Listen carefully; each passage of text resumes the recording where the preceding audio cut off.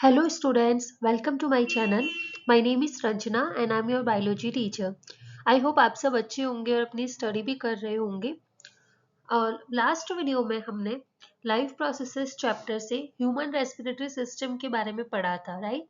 अगर किसी ने वो वीडियो नहीं देखी है तो आप जाकर के जरूर देखिए, आपको रेस्पिरेशन से रिलेटेड सारी डिटेल्स मिल जाएगी। ठीक है, आज का जो टॉपिक है हमारा वो लाइफ प्रोसेसेस चैप्टर से ही है, जो कि क्लास 10th का है।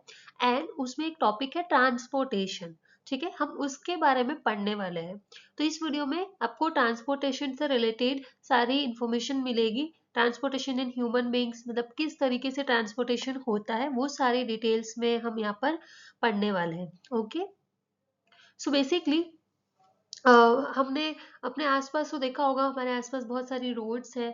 ठीक है, जहाँ पे कार्स बाइक्स ये सब चलती है ना। तो इन ये क्या है, हमारे लिए ट्रांसपोर्टेशन की फैसिलिटी मतलब बेसिकली हमको मिल रही है इनसे। हमें कहीं भी जाना है तो हम कार या बाइक या फिर ट्रेन ये सब यूज करते हैं ना, बसेस ये सब हम यूज करते हैं। तो इनको सबको क्या बोलते हैं हम? ट्रांसपोर्टेशन की फैसिलिटी ही है ये हमारे लिए। तो ऐसे ही हमारी बॉडी के अंदर जो भी मेटाबॉलिक प्रोसेसेस हो रहे हैं, फिर उस उनके प्रोसेसेस के बाद जो भी लास्ट में प्रोडक्ट बन रहे हैं, तो उसको पूरी बॉडी में क्या करना है? ट्रांसपोर्ट करना है, पूरी बॉडी में एक एक सेल के पास पहुंचाना है। तो that process is called transportation, right?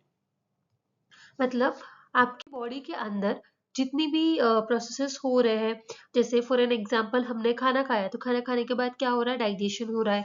तो डाइजेशन में क्या होगा कि जो भी आपने फूड कंज्यूम किया है, जिसमें जो भी कार्बोहाइड्रेट प्रोटीन विटामिन से जो भी है न्यूट्रिएंट्स, इनका ब्रेक डाउन होगा और ये छोटे छोटे पार्टिकल्स में कन्वर्ट हो जाएंगे।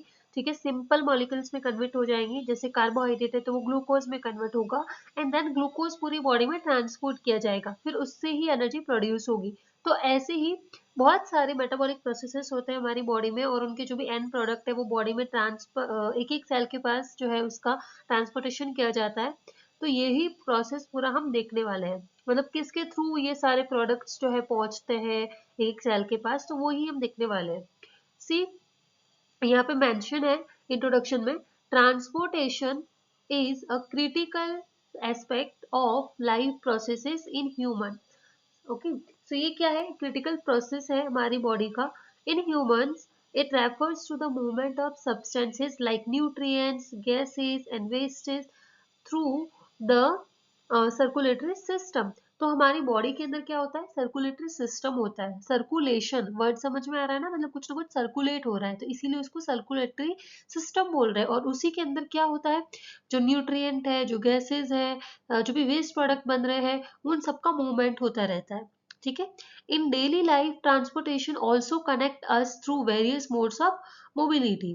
Okay, so modes of transportation in life processes, तो हमारी बॉडी के अंदर जो भी प्रोसेसेस हो रहे हैं, ठीक है, अब हम उनको थोड़ा सा डिटेल में देखते हैं कि किस तरीके से बेसिकली एक एक जो भी प्रोडक्ट बन रहे हैं, जो भी अपने फूड डाइजेस्ट किया है उसके प्रोडक्ट्स है या वेस्ट बन रहा है, जो भी चीजें हैं, वो सब कुछ जो है हमारी बॉडी के अंदर कैसे ट्रांसपोर्ट होता है। तो फर्स्ट जो सिस्टम है वो है सर्कुलेटरी सिस्टम, जिसके अंदर क्या क्या होता है? ब्लड। ठीक है, ब्लड एक तो ट्रांसपोर्टेशन में हेल्प करता है। ठीक है, तो ये सर्कुलेटरी सिस्टम में क्या करेगा? सॉरी, क्या होगा? ये transports blood, oxygen, nutrients and waste. ठीक है, तो मेनली क्या क्या होता है इसमें? ब्लड होगा। ठीक है, ऑक्सीजन इसके थ्रू ट्रांसपोर्ट होगी बॉडी में, न्यूट्रिएंट्स जो भी मतलब हमने फूड कंज्यूम किए है, ठीक है, वो सारे ट्रांसपोर्ट होंगे। फिर साथ साथ में अगर कोई वेस्ट प्रोडक्ट बन रहा है तो बॉडी से अगर रिमूव करना है तो वो भी इसमें इसी के थ्रू जो है ट्रांसपोर्ट होगा। ठीक है, फिर है लिम्फेटिक सिस्टम। लिम्फेटिक सिस्टम में आपको एक वर्ड दिख रहा होगा, लिम्फ। ठीक है, क्या है? लिम्फ। तो ये क्या होता है बेसिकली? लिम्फ की डिटेल जो है वो मैं आपको आगे समझाऊंगी, बट होता क्या है कि जो हमारा ब्लड है उसके अंदर जितने भी न्यूट्रिएंट्स ऑक्सीजन ये सब क्या ट्रांसपोर्ट होती है। तो जब एक एक सेल के पास ब्लड से वो न्यूट्रिएंट्स जाएंगे, तो ब्लड और टिश्यूज के बीच में ट्रांसफर, मतलब बेसिकली ब्लड और टिश्यू के बीच में जो मटेरियल का हम बोल सकते हैं आदान प्रदान। ठीक है, तो मटेरियल का जो ट्रांसपोर्टेशन होगा ना वो लिम्फ के थ्रू ही होता है। ब्लड से फिल्टर होकर के एक प्लाज्मा जैसा लिक्विड, मतलब वाटर लिक्विड, जिसमें बेसिकली कलर नहीं होता है। ठीक है, कलरलेस होता है ये, व्हाइट बोल सकते हैं, फिर आप कलरलेस बोल सकते हैं। फ्लूइड आता है, ठीक है, प्लाज्मा के जैसा ही कंपोजिशन होता है। तो ये क्या करेगा, इसमें आरबीसी नहीं होती है, ठीक है, तो ये क्या करेगा, इसमें सारे मटेरियल्स ब्लड से निकल के न्यूट्रिएंट्स और जो भी है वो इसके अंदर आ जाएंगे, देन उसके बाद वो टिश्यू में ट्रांसफर होंगे। तो ये क्या है, लिम्फ होता है। इसको टिश्यू फ्लूइड भी बोलते हैं क्योंकि टिश्यूज के बीच में प्रेजेंट होता है। सो लिम्फेटिक सिस्टम क्या करता है, transports lymph and support immune function. Okay, cellular transport, अब सेलुलर में एक वर्ड आ रहा है सेल्स, तो movement of molecules within cells, cell के बीच में जो ट्रांसपोर्टेशन होता है उसको बोलते हैं सेलुलर ट्रांसपोर्ट। वो कैसे होता है, डिफ्यूजन हो सकता है, ऑस्मोसिस हो सकता है, एक्टिव प्रोसेस हो सकता है, ठीक है, तो इस तरीके से बहुत सारे प्रोसेस होता है। फिर अब मल्टी सेलुलर ट्रांसपोर्ट, तो ये भी वही है कि बहुत सारी सेल्स के बीच में ट्रांसपोर्टेशन हो रहा है, मतलब ऑर्गन्स के बीच में हो रहा है, ठीक है। So integration of organs for systemic functions, done, समझ में आ गया आपको, ठीक है। तो ये सारे जो सिस्टम है वो हम पढ़ने वाले हैं इसी टॉपिक के अंदर, ठीक है, ट्रांसपोर्टेशन में। ओके, अब हम यहाँ पे देख लेते हैं कि हम बेसिकली ट्रांसपोर्टेशन वाले चैप्टर में क्या क्या पढ़ने वाले हैं। So first human circulatory system के बारे में हम पढ़ने वाले हैं, उसके फीचर्स क्या है, ठीक है, कैसे फंक्शन करता है, ऑर्गन्स कौन कौन से हैं उसमें वो पढ़ने वाले हैं। ऑर्गन्स में फर्स्ट है हमारा हार्ट, ठीक है, हार्ट से ही ब्लड जो है पंप होता है और पूरी बॉडी में आगे फ्लो होता है।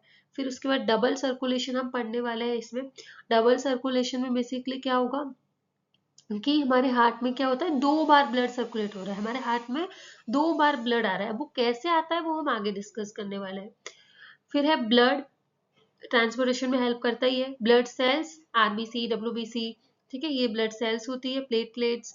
फिर उसके बाद blood vessels, artery, veins, capillaries, ये ब्लड वेसल्स होती है जिसके अंदर ब्लड फ्लो होता रहता है। फिर है लिम्फेटिक सिस्टम, जो कि मैंने आपको बताया था कि जहाँ पे लिम्फ फ्लो हो रहा है, ठीक है, तो इसमें भी लिम्फेटिक वेसल्स, मतलब जिस वेसल में लिम्फ जा रहा है उसको लिम्फेटिक वेसल्स बोल रहे हैं। इसके अलावा हमारी बॉडी में लिम्फ नोड्स वगैरह भी होते हैं। तो ये सारा कुछ हम इस वीडियो में डिस्कस करने वाले हैं। ओके, सी यहाँ पे आपको डायग्राम में दिख भी रहा होगा, एक ह्यूमन का पिक्चर है जिसमें आपको रेड और ब्लू कलर में कुछ लाइंस दिख रही होगी, ब्लड वेसल्स है, ठीक है, यहाँ पे हमारा हार्ट है और हार्ट को थोड़ा सा अलग से भी यहाँ पे मैंने पिक्चर लगाई, आप देख सकते हैं, ठीक है, ये पूरा एक हार्ट है।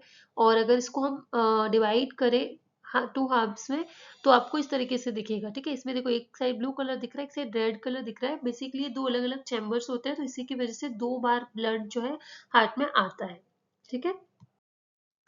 अब जो तो हम जो ह्यूमन सर्कुलेटरी सिस्टम है उसके कुछ फीचर्स देख लेते हैं, उसमें क्या क्या प्रेजेंट होता है वो थोड़ा सा और डिटेल में पढ़ लेते हैं।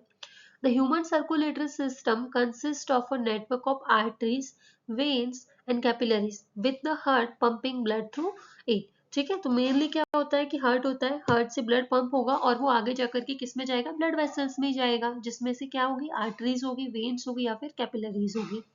Its primary role is to provide essential nutrients, minerals and hormones to various parts of the body. ठीक है, तो मेन फंक्शन क्या है, ट्रांसपोर्टेशन का ही मेन फंक्शन है। तो ट्रांसपोर्टेशन में मतलब कुछ मटेरियल्स तो होंगे, वही तो ट्रांसपोर्ट किए जाएंगे। तो न्यूट्रिएंट्स, मिनरल्स, हॉर्मोन्स जो भी हमारी बॉडी में बन रहे हैं वो जहाँ पे भी रिक्वायरमेंट है उनकी वहां पर उसको ट्रांसपोर्ट किया जाता है। Alternatively, the circulatory system is also responsible for collecting metabolic waste and toxins from the cells and tissues to be purified or expelled from the body. तो अब ऐसा नहीं है कि ट्रांसपोर्टेशन सिर्फ यूजफुल प्रोडक्ट्स का होगा, नहीं, हमारी बॉडी के अंदर अब मेटाबॉलिक प्रोसेसेस हो रहे हैं तो उनका वेस्ट भी बनेगा, टॉक्सिक सब्सटेंसेस भी बनेंगे, तो उनको भी एक ऐसी जगह जाकर के डंप किया जाएगा कि वहां से बॉडी से रिमूव हो सके, तो वो भी ट्रांसपोर्टेशन की वजह से ही होता है। ठीक है, समझ में आया इतना। ऑर्गन्स ऑफ सर्कुलेटरी सिस्टम तो वो हमने वैसे डिस्कस कर लिए थे। The human circulatory system comprises 4 main organs that have specific roles and functions. The vital circulatory system organs include blood, ठीक है, टेक्निकली ब्लड एक टिश्यू होता है, ऑर्गन नहीं होता है, लेकिन ये ट्रांसपोर्टेशन में हेल्प कर रहा है तो हम इसको पढ़ने वाले हैं। फिर ब्लड किसमें फ्लो होता है, ब्लड वेसल्स में, तो वो हम देखेंगे। फिर हार्ट और लिम्फेटिक सिस्टम, ठीक है, ये सर्कुलेटरी सिस्टम के पार्ट्स हैं। सो फर्स्ट हम स्टार्ट करते हैं ब्लड से। अब ब्लड के बारे में तो सबको ही पता होगा, है ना, हमारी बॉडी में ब्लड फ्लो होता रहता है, एक सर्कुलेटरी फ्लूइड है, कनेक्टिव टिश्यू है। अगर 9th क्लास में आपने पढ़ा है तो आपको पता होगा ये क्या है, कनेक्टिव टिश्यू है, फ्लूइड कनेक्टिव टिश्यू, ठीक है। जो कि बॉडी के अलग अलग पार्ट्स को मतलब बेसिकली पूरी बॉडी में फ्लो होता है, दैट मीन्स वो कनेक्ट कर रहा है, that's why it is called connective tissue. ठीक है, जिसमें आरबीसी, डब्ल्यूबीसी, प्लेटलेट्स, प्लाज्मा ये सब होते हैं, राइट। ठीक है, और ब्लड एक इंपॉर्टेंट फ्लूइड कनेक्टिव टिश्यू है and it is mainly composed of plasma and blood cells. ठीक है, सो पढ़ लेते हैं इसके बारे में भी। Its main function is to circulate nutrients, hormones, minerals and other essential components to different part of the body. तो अगर ह्यूमन रेस्पिरेटरी सिस्टम आप लोगों ने ये वीडियो देखा है, पढ़ा है, तो आपको पता होगा कि ब्लड ऑक्सीजन या मतलब जो गैसेज है उसके ट्रांसपोर्टेशन में भी हेल्प करता है। ठीक है, तो ब्लड का फंक्शन क्या है, हॉर्मोन्स ट्रांसपोर्ट करेगा, क्योंकि हॉर्मोन्स के बारे में अगर आपको पता है तो जो जो ग्लैंड्स हार्मोन सिक्रेट करती है ना, वो डक्ट लेस होती है, डक्ट में नहीं जाएगा वो हार्मोन जो ब्लड में सिक्रेट होंगे, देन उसके बाद ब्लड से वो टारगेट ऑर्गन पर पहुंचेंगे। तो ब्लड का फंक्शन क्या है, न्यूट्रिएंट्स, हार्मोन्स, मिनरल्स, जो गैसेस है उन सब के ट्रांसपोर्टेशन में ये हेल्प करता है। Okay, blood flows through a specified set of pathways called blood vessels. The organ which is involved in pumping blood to different body part is the heart. तो ये तो सबको पता होगा कि हमारा जो हार्ट है वो क्या करता है, ब्लड पंप करने में हेल्प करता है। ठीक है, अब ब्लड का कंपोजिशन देख लेते हैं कि वो किससे बना हुआ है। तो हमें पता ही, हमने प्रीवियस क्लास में भी पढ़ा होगा कि ब्लड जो है हमारा वो ब्लड सेल्स और प्लाज्मा से बना हुआ है। ठीक है, प्लाज्मा क्या होता है, फ्लूइड पार्ट होता है ब्लड का, जिसमें 90% अराउंड वाटर ही होता है। और उसके अलावा जो सेल्स होती है उसमें क्या क्या होती है, रेड ब्लड सेल्स यानी कि RBC, white blood cells WBC और प्लेटलेट्स होती है। तीन टाइप की सेल्स प्रेजेंट होती है, उन्हीं से ही क्या होता है, पूरा ब्लड का कंपोजिशन होता है। तो मेनली क्या होता है, प्लाज्मा एंड सेल्स होती है। ठीक है, आगे बढ़े। अब हम एक एक सेल को ये थोड़ा डिटेल में देख लेते हैं। आपको यहाँ पे देखो ये एक वीडियो दिख रहा होगा जिसमें आपको biconcave disc shaped cells दिख रही होगी। ठीक है, बीच में से देखो दबी हुई है क्योंकि इनमें न्यूक्लियस नहीं प्रेजेंट होता है। और ये कलर से समझ ही आ गया होगा ये क्या है, आरबीसी। क्या है, रेड ब्लड सेल्स है ये। ठीक है, इनको इरिथ्रोसाइट्स भी बोलते हैं। आरबीसी में हीमोग्लोबिन प्रेजेंट होता है and iron containing complex protein होता है ये, मतलब हीमोग्लोबिन क्या होता है, हीम प्लस ग्लोबिन। तो ये आयरन कंटेनिंग कॉम्प्लेक्स प्रोटीन है। जो अगर ह्यूमन रेस्पिरेटरी सिस्टम के बारे में पढ़ा है तो पता होगा कि हीमोग्लोबिन जो है ऑक्सीजन के ट्रांसपोर्टेशन में हेल्प करता है ज्यादा ना, 97% ऑक्सीजन हीमोग्लोबिन से बाइंड होकर के ही ट्रांसपोर्ट होती है। ठीक है, तो आरबीसी का शेप आपको यहाँ पे समझ में आ गया होगा, बाइकॉन्केव डिस्क शेप्ड सेल्स होती है, रिच इन हीमोग्लोबिन, मतलब इनमें हीमोग्लोबिन ज्यादा होता है। और ये एक टाइप का पिगमेंट है, इसीलिए इसका कलर कैसा दिखता है, हमको रेड दिखता है। और जो आपकी आरबीसी है उनमें न्यूक्लियस नहीं होता है। फंक्शन क्या है आरबीसी का, transport oxygen from the lungs to tissues and carbon dioxide from tissues to lungs. तो मेन फंक्शन आरबीसी का हमारा क्या है, गैसेस के ट्रांसपोर्टेशन का। ओके, अच्छा मैंने जैसे अभी आपको बताया कि इसमें न्यूक्लियस नहीं होता है, तो क्यों नहीं होता है, क्योंकि ये गैसेस के ट्रांसपोर्टेशन में हेल्प करता है, तो इसीलिए इसमें न्यूक्लियस नहीं होता ताकि वो ज्यादा से ज्यादा गैसेस के ट्रांसपोर्टेशन में हेल्प कर सके। ठीक है, अ, फिर उसके बाद हम सब पढ़ने वाले हैं डब्ल्यूबीसी के बारे में। व्हाइट ब्लड सेल्स जिसको हम ल्यूकोसाइट्स भी बोलते हैं, ये अलग अलग टाइप की होती है। व्हाइट ब्लड सेल्स मतलब एक टाइप की नहीं होती है, ये अलग अलग टाइप्स की होती है, जैसे कि न्यूट्रोफिल, ठीक है, eosinophil, basophil, monocyte and lymphocyte, यानी कि टोटल 5 टाइप्स की डब्ल्यूबीसी प्रेजेंट होती है हमारी बॉडी में। ठीक है, इनका अलग अलग फंक्शन होता है, जैसे कि लिम्फोसाइट है तो ये 2 टाइप की होती है, टी सेल, बी सेल। ठीक है, ये हमारी बॉडी में इम्यूनिटी में हेल्प करती है बेसिकली, जैसे कुछ पैथोजेंस वगैरह आ गए तो उनको डिस्ट्रॉय करने में हेल्प करेगी। मोनोसाइट्स, इसमें देखो डेंड्राइटिक सेल्स एंड मैक्रोफेज, ये 2 टाइप की सेल्स होती है। फिर ये बेसोफिल, इओसिनोफिल, न्यूट्रोफिल, तो ये अलग अलग टाइप की सेल्स होती है और इनमें न्यूक्लियस प्रेजेंट होता है, बट अलग अलग प्रेजेंट होंगे। जैसे कि लिम्फोसाइट है तो उसमें एक ही न्यूक्लियस है, मोनोसाइट है तो उसमें बीन शेप न्यूक्लियस है। ठीक है, तो इस तरीके से अलग अलग टाइप के आपको न्यूक्लियस इनमें देखने को मिलेंगे। ठीक है, तो हम थोड़ा सा इनके बारे में पढ़ लेते हैं। व्हाइट ब्लड सेल्स अलग अलग टाइप्स की होती है, वेरियस टाइप्स, मैंने आपको बता ही दिया।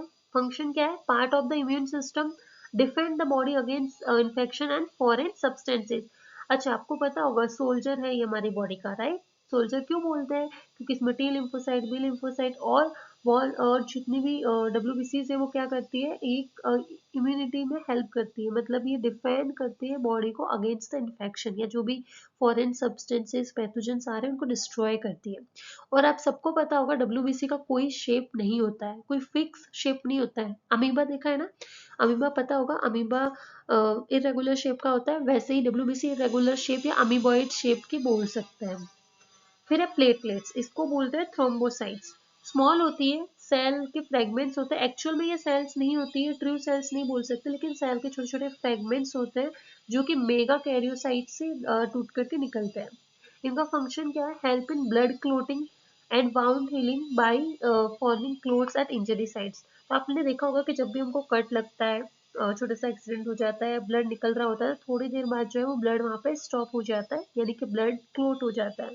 क्यों? क्योंकि वो प्लेटलेट्स की वजह से ही होता है। इसके अलावा हमारे ब्लड में बहुत सारे फैक्टर्स होते हैं, टोटल 13 फैक्टर्स होते हैं, वो फैक्टर्स भी हेल्प करते हैं ब्लड की क्लोटिंग में। ठीक है, नेक्स्ट है plasma, a yellowish liquid portion made up of water, proteins, hormones, nutrients, gases and waste products, ये सब प्लाज्मा में प्रेजेंट होते हैं। मोस्टली इसमें वाटर होता है। फंक्शन क्या है, transport nutrients, waste product, hormones and antibodies, maintains blood pressure and volume. Water है तो ऑब्वियसली ब्लड प्रेशर को और वॉल्यूम को मेंटेन करेगा। फिर है प्रोटीन्स इन प्लाज्मा। अच्छा, ब्लड में प्लाज्मा और सेल्स तो है ही, लेकिन प्लाज्मा में बहुत सारे प्रोटीन्स भी होते हैं, जैसे कि एल्ब्यूमिन, ग्लोब्यूलिन एंड फाइब्रिनोजन। ठीक है, एल्ब्यूमिन का फंक्शन है ये ब्लड के ऑस्मोटिक प्रेशर को मेंटेन करता है, helps in osmotic pressure regulation. Globulin जो है ये इम्यूनिटी, अल्फा बीटा ग्लोब्यूलिन्स होते हैं, गामा भी होते हैं, तो ये सब इम्यूनिटी में हेल्प करते हैं। और जो फाइब्रिनोजन है ये क्लोटिंग में हेल्प करता है। ठीक है, तो आपके प्लेटलेट्स तो हेल्प कर ही रहे, साथ साथ में फाइब्रिनोजन है, उसके अलावा जो फैक्टर्स है ब्लड के अंदर और भी बहुत सारे, वो सब मिलकर के ब्लड क्लोट करने में हेल्प करते हैं। तो समझ में आ गया होगा आपको कि ब्लड में क्या क्या प्रेजेंट होता है। नेक्स्ट, प्रोटीन हमने देख ही लिया है। न्यूट्रिएंट्स, ये सबको पता ही होगा, जो भी हमने फूड कंज्यूम किया है तो उससे जो भी न्यूट्रिएंट्स बन रहे हैं, glucose, amino acid, fatty acid, vitamin, minerals, ये सब प्रेजेंट हो गए। और इनका फंक्शन क्या है, ये हमको एनर्जी प्रोवाइड करते हैं, हमारी बॉडी की ग्रोथ एंड रिपेयर में हेल्प करते हैं। नेक्स्ट है हॉर्मोन्स। हॉर्मोन्स केमिकल मैसेंजर्स है। ठीक है, ये प्लाज्मा से ट्रांसफर होते हैं, जैसे कि insulin, adrenaline, nor adrenaline, pituitary gland से रिलीज हो रहे ग्रोथ हार्मोन। तो ऐसे बहुत सारे हॉर्मोन्स हैं, थायराइड के हॉर्मोन्स होते हैं, राइट, T3 T4। तो ये सारे ब्लड में मिक्स होते हैं और एक एक सेल के पास पहुंचते हैं, टारगेट ऑर्गन्स के पास या टारगेट सेल के पास। इनका फंक्शन क्या है, ये मेटाबॉलिज्म, ग्रोथ, इम्यून रिस्पॉन्स, जो भी मतलब हार्मोन का जो फंक्शन है उसके अकॉर्डिंग ये वर्क करता है। हार्मोन्स की फंक्शन जो है वो हम क्लास 10th का ही चैप्टर है कंट्रोल एंड कोऑर्डिनेशन, उसके ऊपर मैं वीडियो बनाऊंगी तो उसमें हम अच्छे से डिटेल में पढ़ेंगे। फिर ब्लड में और क्या होती है, गैसेस, तो ये पता ही है, ऑक्सीजन एंड CO2 होगी मोस्टली। ठीक है, मतलब यही मेन है हमारे लिए। फिर वेस्ट प्रोडक्ट्स भी होते हैं, जैसे urea, creatinine, lactic acid.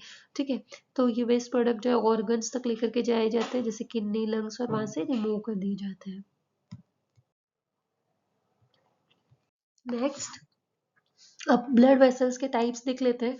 3 types की होती है, artery, veins and capillaries. Arteries thick होती है,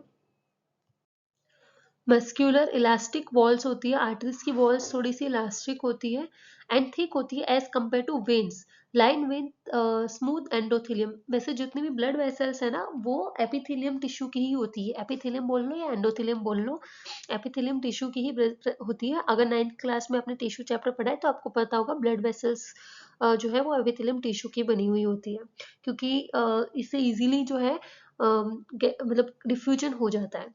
फंक्शन क्या है आर्टरीज का, it carry oxygenated blood except pulmonary artery. अब ये पल्मोनरी आर्टरी क्या है, ये हार्ट में प्रेजेंट होती है, हार्ट से मतलब जो है ब्लड लेकर के निकलती है डीऑक्सीजनेटेड। तो हमारी पूरी बॉडी की जितनी भी आर्टरीज है ना, वो सारी की सारी आर्टरी ऑक्सीजनेटेड ब्लड कैरी करती है, मतलब उसमें ऑक्सीजन वाला ब्लड होगा जो कि हार्ट से लेकर के आ रही है।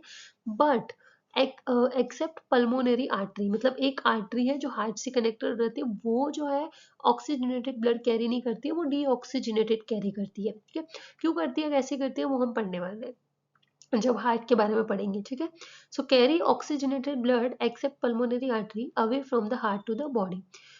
फंक्शन क्या है, ब्लड मतलब ब्लड फ्लो डायरेक्शन क्या है, हार्ट से बॉडी और ऑर्गन्स के पास लेकर के जाएंगी।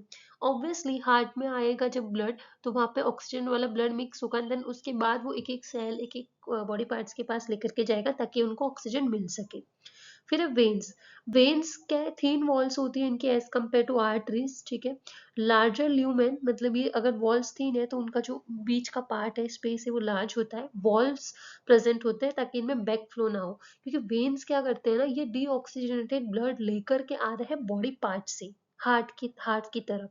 मतलब ये क्या करेंगे कि एक सेल के पास से डीऑक्सीजनेटेड ब्लड लाएंगे और हार्ट में डालेंगे।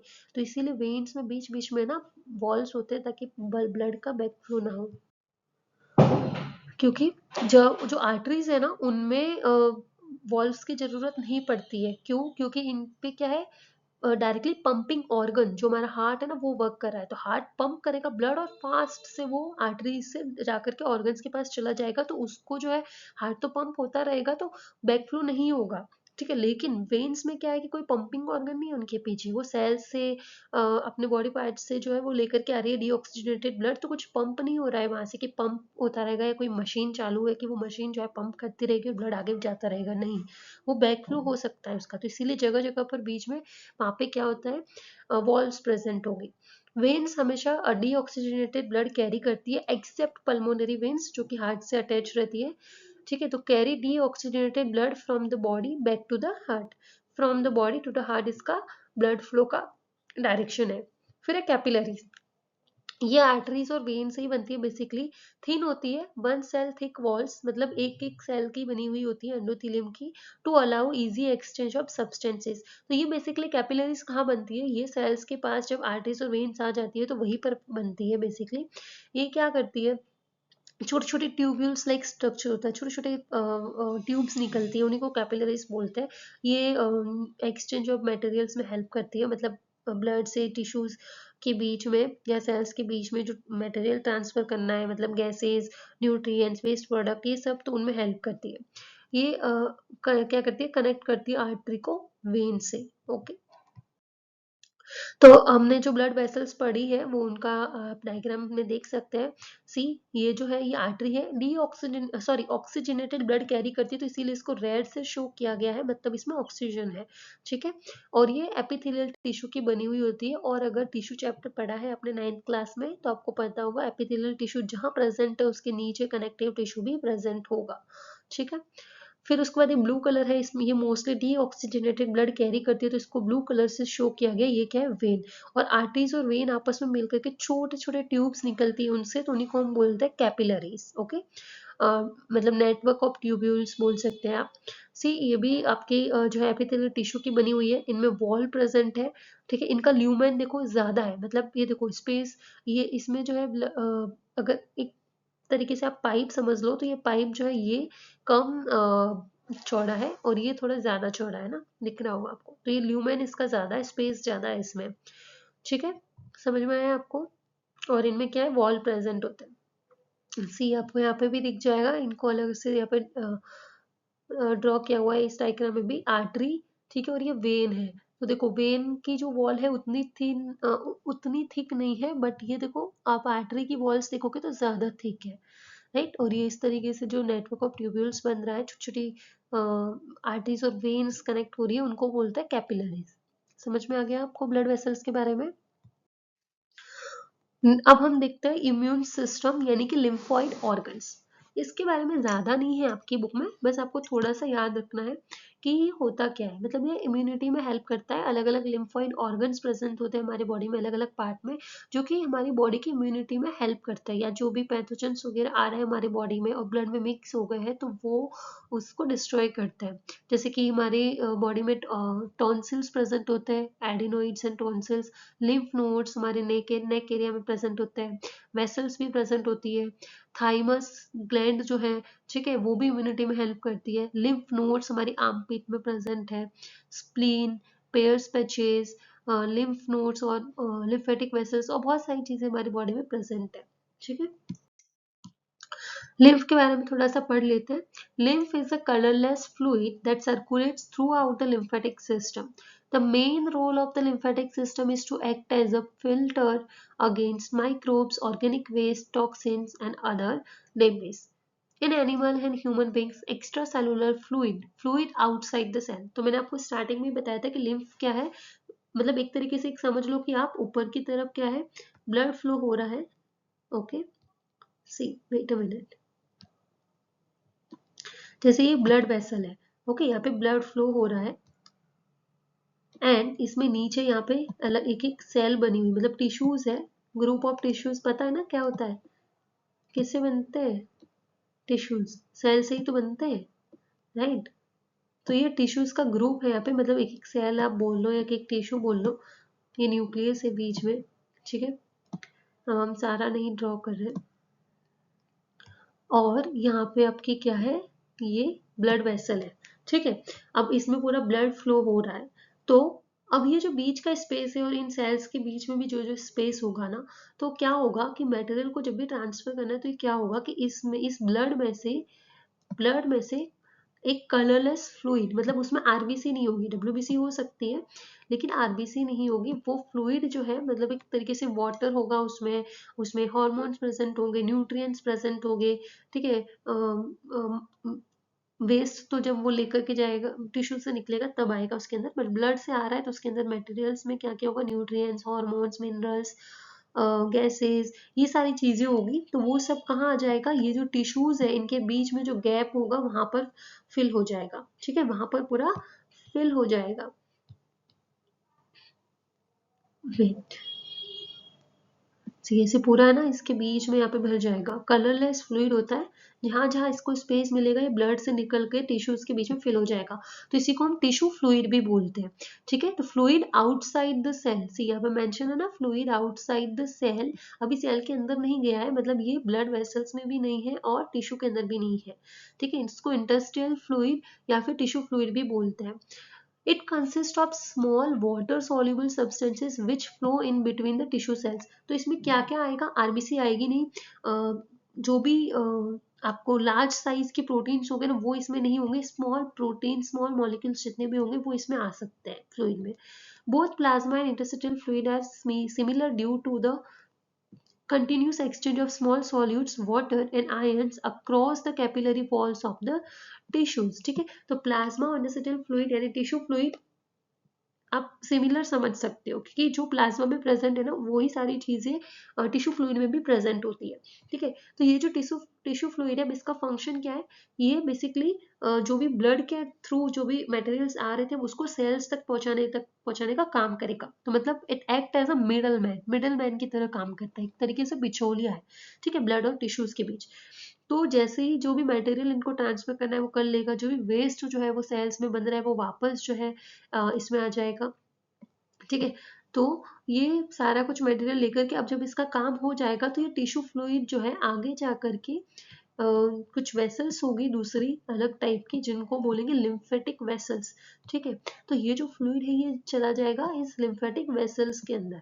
इसीलिए जब जैसे ये टिश्यू फ्लूइड इन वेसल्स में चला जाता है इसीलिए इसको बोला जाता है लिम्फ, ठीक है. अब ये लिम्फ आगे जाएगा और आगे जाकर के हार्ट से होते हुए वापस ब्लड में मिक्स हो जाएगा, क्योंकि आप एक चीज सोचो कि एक तरीके से वाटर ही निकल रहा है, ठीक है. तो आप फॉर एन एग्जांपल आपके पास 5 लीटर ब्लड है, ब्लड फ्लो हो रहा है जो कि 5 लीटर है, और 5 लीटर में से 1 लीटर जो है लिम्फ जो है वो निकल गया है, मतलब टिश्यू फ्लूइड बोल लो या लिम्फ बोल लो वो निकल गया है. तो अब इसको अगर, तो आपके पास कितना ब्लड रहा, 4 लीटर, मतलब वाटर जो था वो निकल गया तो 4 लीटर बचा और 1 लीटर आपका लिम्फ निकल गया. तो अब लिम्फ को आप बॉडी से बाहर तो नहीं निकाल सकते, क्योंकि ऐसे अगर हर बार 1 लीटर, हाफ लीटर लिम्फ निकलता रहा तो आपके पास ब्लड में वाटर कहाँ से बचेगा, नहीं ना. तो उसको तो मेंटेन करना है. तो लिम्फ का जब काम हो जाता है ना खत्म, तो उसके बाद ये lymphatic vessels, lymph nodes, lymph organs, इन सब से होते हुए वापस हार्ट में आ जाएगा और वहां पे मिक्स हो जाएगा ब्लड में. तो ये ऐसे ही मेंटेन एक प्रोसेस जो है वो चलता रहता है, ठीक है. एक तरीके से आप साइकिल समझ सकते हैं कि वो चलता रहता है. अभी लिम्फ जो है वो लिम्फ ऑर्गन इन सब से होते हुए क्यों आता है, क्योंकि जो भी अगर हो सकता है कि ब्लड फ्लो जब हो रहा है तो उसमें कुछ पैथोजेंस, बैक्टीरियाज वगैरह आ गए हो, ठीक है, कुछ ना कुछ माइक्रोब्स हो उसके अंदर, फॉरेन मटेरियल्स हो, तो उसकी वजह से क्या हो सकता है, हमारी इम्यूनिटी वीक हो सकती है, हमें प्रॉब्लम हो सकती है ना. तो वो क्या करेंगे, जब वो लिम्फ एक एक lymph organ, lymph nodes, tonsils इन सब से होते हुए गुजरेगा ना, तो वहां पे जो होगी डब्ल्यूबीसीज वगैरह, वो क्या करेगी, इसको डिस्ट्रॉय कर देगी। ठीक है। सो एक बार और देख लेते हैं हम फंक्शंस। वैसे तो मैंने आपको बता दिया। The functions of industrial fluid tissue fluids are as follows. It is used to transport nutrients to the cells. मैंने आपको बता दिया, मिडल मैन की तरह काम करता है। It enables intercellular communication between the cells and it removes the metabolic wastage from the cells. ठीक है। लिम्फेटिक सिस्टम, ये क्या होता है? A vast network of lymphatic vessels, मतलब इसमें क्या क्या होती है, lymphatic vessels होती है जिसमें lymph flow होगा, lymph nodes, ठीक है, छोटी छोटी जगह पर गांठें प्रेजेंट होगी हमारे बॉडी में, लिम्फेटिक और लिम्फोइड ऑर्गन्स भी होते हैं एंड लिम्फोइड टिश्यूज होते हैं। ये सब मिलकर के बनाता है lymphatic system. One of its main function is to collect excess lymph fluid from human tissues and return it to the blood stream। मतलब जितना भी lymph fluid है वो remove excess lymph fluid जो blood से निकला है वो फिर से वो blood में डाल देते हैं। And the other main function is that of immune defense। ठीक है, तो दो main function है इसके। समझ में आया लिम्फेटिक सिस्टम आपको? तो अभी हमने इस वीडियो में क्या क्या पढ़ा है, सर्कुलेटरी सिस्टम के बारे में डिस्कस किया जिसमें हमने ब्लड कंप्लीटली पढ़ लिया, लिम्फ के बारे में पढ़ लिया है। अब नेक्स्ट हमारा जो टॉपिक रहेगा ना वो होगा हार्ट। सी, हम हार्ट के बारे में पढ़ने वाले हैं कि बेसिकली हार्ट किस टाइप का ऑर्गन है, कैसे ब्लड फ्लो करता है, कौन किस टाइप का सर्कुलेशन होता है, 2 बार सर्कुलेशन ब्लड का कैसे होता है इसके अंदर, फिर ब्लड जो है वो ऑक्सीजन वाला जो ब्लड है वो बॉडी तक कैसे पहुंचाता है, कैसे पंप करता है, हार्ट बीट क्या होती है, ये सारी चीजें हम नेक्स्ट वीडियो में डिस्कस करने वाले हैं। ठीक है, तब तक के लिए good bye and thank you. अगर आपको कोई भी डाउट है लाइफ प्रोसेस चैप्टर से रिलेटेड या क्लास 10 से रिलेटेड, जो भी आप स्टडी कर रहे हैं उससे रिलेटेड, तो आप कमेंट बॉक्स में मेंशन कर सकते हैं। Okay, bye, thank you for watching and don't forget to subscribe my channel. Bye.